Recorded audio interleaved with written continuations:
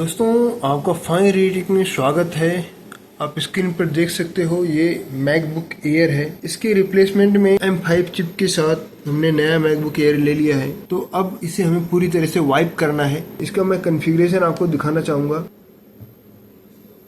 इस MacBook air का configuration आप यहाँ पे देख सकते हो। इसमें अभी operating system big sur version 11.7.10 है और ये मैकबुक एयर 13 इंच डिस्प्ले है 2014। Processor 1.4 GHz dual core Intel core i5, RAM है 4GB DDR3, graphics Intel HD graphics, serial number ये है। आप देखना चाहते हो इसका डिस्प्ले, तो डिस्प्ले आप देख सकते हो यहाँ पे। स्टोरेज आपका ये है कि वाइप कमांड चलाने के बाद डाटा मिलने के चांसेस बहुत ही कम होते हैं, ना के बराबर होते हैं। इसीलिए हम वाइप कमांड चलाने से पहले हमें इंश्योर करना चाहिए कि अपने मैकबुक का डाटा पूरी तरह से बैकअप ले लिया है अपने एक्सटर्नल ड्राइव में। तो दोस्तों चैनल को लाइक शेयर सब्सक्राइब जरूर कर लेना। आपको मैं step by step MacBook air को वाइप करने का तरीका बता रहा हूँ। सबसे पहले आपको क्या करना है, मैक लोगो पर जाना है, सिस्टम प्रेफरेंस में जाना है। अब आपको यहाँ पे एप्पल ID दिखेगा, एप्पल ID पर क्लिक करना है। नीचे करके यहाँ पे आपको ढूंढना है फाइंड माई मैक। अब इसे अनटिक कर देना है। अब यहाँ पे एप्पल ID का पासवर्ड पूछेगा, आपको एप्पल ID का यहाँ पे पासवर्ड इंटर कर देना है। अब इसे कर देना है कंटिन्यू। अब ये पूरी तरह से डिसेबल हो गया है। अब सेकेंड ऑप्शन करना है आपको, आपके मैकबुक एयर में लगे एप्पल ID को साइन आउट करना है।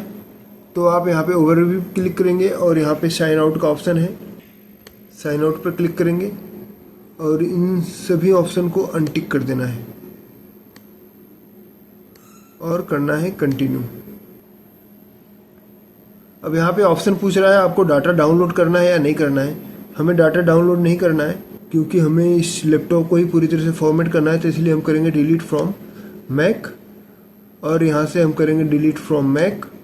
अब आप देख रहे हो ये सिस्टम से मैकबुक का एप्पल ID साइन आउट हो रहा है। अब आप स्क्रीन पर देख सकते हो एप्पल ID पूरी तरह से लॉग आउट हो चुका है। अब मुझे इसे बंद कर देना है। अब हमारा स्क्रीन भी पूरी तरह से क्लियर हो गया है और एप्पल ID लॉग आउट हो गया है। अब इसे हम पूरी तरह से फॉर्मेट करने का कमांड दे सकते हैं। और फॉर्मेट करने से पहले दोस्तों चैनल को लाइक शेयर सब्सक्राइब जरूर कर लेना। मैं आपको स्टेप बाय स्टेप बता रहा हूँ मैकबुक एयर को आप कैसे पूरी तरह से फॉर्मेट कर सकते हो।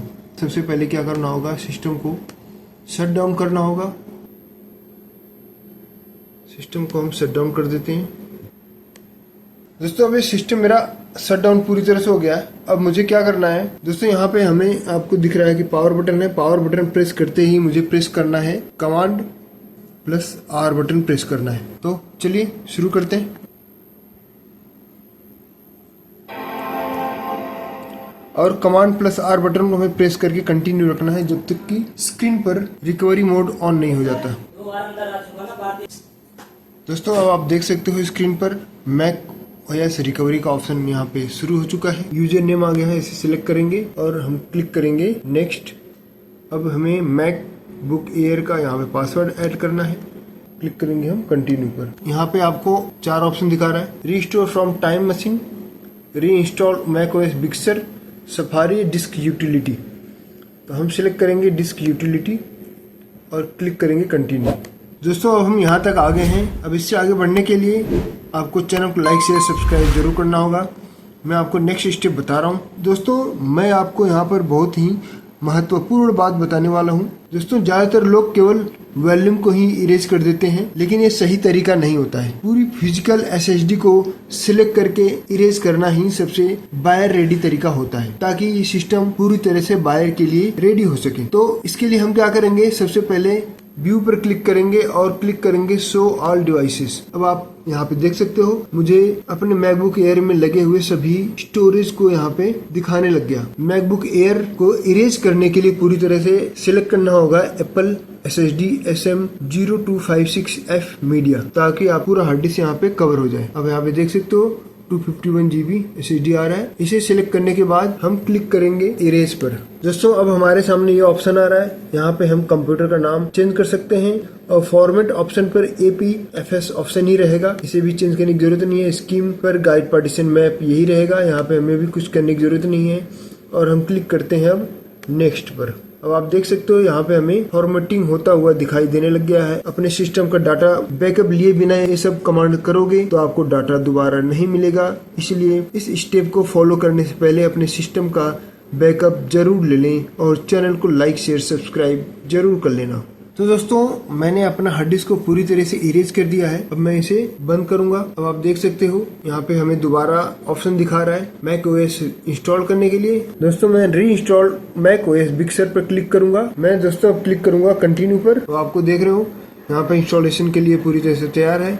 अब मैं क्लिक करूंगा कंटिन्यू और ये अपनी पॉलिसी और टर्म कंडीशन बता रहा है। मैं इसे करूंगा एग्री और दोबारा एग्री पर क्लिक करूंगा और हार्ड डिस्क सिलेक्ट कर लूंगा और यहाँ पे क्लिक करूंगा कंटिन्यू। और अब आप देख सकते हो यहाँ पे इंस्टॉलेशन शुरू हो चुका है। मेरे मैकबुक एयर में वापिस ऑपरेटिंग सिस्टम री इंस्टॉल होना शुरू हो गया है। ये इसमें अभी टाइम लगेगा 2 आवर एंड 51 मिनट्स, आपको यहाँ पे स्क्रीन पर दिख रहा है। ये जब तक हो रहा है आप चैनल को लाइक शेयर एंड सब्सक्राइब जरूर कर लें और अपने दोस्तों के साथ भी शेयर करें। जुड़े रहें मेरे साथ ऐसे ही टेक वीडियो के लिए। दोस्तों अब आप देख सकते हो कि मेरा मैकबुक एयर पूरी तरह से रेडी है। अब इसे मैं बेच सकता हूँ, ये बायर रेडी है। अब यहाँ पे मुझे कंट्री सिलेक्ट करने के लिए आ रहा है, मैं सिलेक्ट करूंगा इंडिया और क्लिक करूंगा मैं कंटिन्यू। कुछ भी चेंजेस नहीं करने हैं और मैं दोबारा क्लिक करूंगा कंटिन्यू। और यहाँ पे हमें अगर कुछ एक्सेस देना है तो ठीक है, नहीं तो करेंगे नॉट नाउ। वाईफाई का पासवर्ड मैं एंटर कर दिया। अब करेंगे कंटिन्यू और फिर दोबारा करेंगे कंटिन्यू। टाइम मशीन बैकअप और स्टार्टअप डिस्क। दोस्तों अब आप यहाँ पे देख सकते हो माइग्रेशन असिस्टेंट आ रहा है। यदि आपको डाटा किसी एप्पल मैकबुक से आपको डाटा इस मैकबुक में ट्रांसफर करना है तो आप यहाँ पे देख सकते हो, यहाँ पे ऑप्शन दिया हुआ है। और यदि आपको विंडो पीसी से डाटा ट्रांसफ़र करना है तो भी यहाँ पे ऑप्शन दिया हुआ है। यदि आपको कोई भी डाटा ट्रांसफ़र नहीं करना है तो आपको यहाँ पे ऑप्शन दिया हुआ है नॉट नाउ का, आप यहाँ पे क्लिक कर सकते हैं। अब दोस्तों आप स्क्रीन पर देख सकते हो यहाँ पे एप्पल आईडी मांग रहा है। यदि आपका कोई एप्पल आईडी है तो यहाँ पे आप एंटर करके आगे बढ़ सकते हो। अदरवाइज यहाँ पे आपको ऑप्शन दिया हुआ है क्रिएट न्यू एप्पल आईडी, आप अपना नई एप्पल आईडी भी बना सकते हो। यदि आप भूल गए हो एप्पल आईडी और पासवर्ड तो forget Apple ID and password का ऑप्शन आ रहा है, आप वहां पे भी क्लिक कर सकते हो। यदि आपको एप्पल आईडी से रिलेटेड कोई भी कुछ भी इंफॉर्मेशन नहीं ऐड करना है तो आपको यहाँ पे ऑप्शन आ रहा है सेटअप लेटर, इस पे आप क्लिक करके आगे बढ़ सकते हो।